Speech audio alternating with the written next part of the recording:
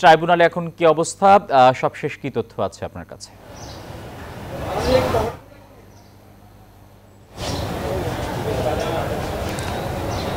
টিপু, আপনাকে ধন্যবাদ। যেমনটি বলছিলেন যে এরই মধ্যে কিন্তু সকালে আমরা যেটা দেখেছি, আজকে আন্তর্জাতিক অপরাধ ট্রাইব্যুনাল 2-এ মাহবুবুল হক হানিফ সহ 4 জনের বিরুদ্ধে কুষ্টিয়ায় 2024 সালের জুলাই আগস্ট গণ অভ্যুত্থানে সংঘটিত মানবতা বিরোধী অপরাধের যে মামলা, অর্থাৎ সেখানে 6 জনের হত্যা মামলার আসামি হিসেবে কিন্তু তার বিরুদ্ধে আজকে তদন্ত প্রতিবেদন দাখিল করা হয়েছিল এবং সেটির কিন্তু অভিযোগ গঠনের দিন আজ ধার্য ছিল। তো অভিযোগ গঠন এরই মধ্যে হয়েছে এবং এই 4 জন আসামির কেউ গ্রেপ্তার না থাকায় তাদের বিরুদ্ধে কিন্তু পলাতক ঘোষণা করে গ্রেপ্তারি পরোয়ানা জারি করার নির্দেশ দিয়েছেন আন্তর্জাতিক অপরাধ ট্রাইব্যুনাল 2। এছাড়াও আজকে জাসদ নেতা এবং সাবেক তথ্যমন্ত্রী হাসানুল হক ইনুর বিরুদ্ধে জুলাই আগস্টের সংগঠিত মানবতা বিরোধী অপরাধের সাথে সম্পৃক্ত থাকা সাবেক প্রধানমন্ত্রী শেখ হাসিনাকে নানান ধরনের আন্দোলন দমানোর জন্য নানান ধরনের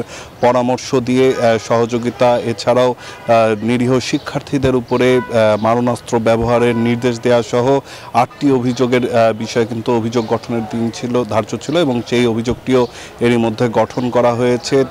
আগামী 30 নভেম্বর তার বিরুদ্ধে এই মামলা চলমান থাকবে এবং সেদিন সূচনা বক্তব্যের পরে সাক্ষ্য গ্রহণ অনুষ্ঠিত হওয়ার কথা রয়েছে।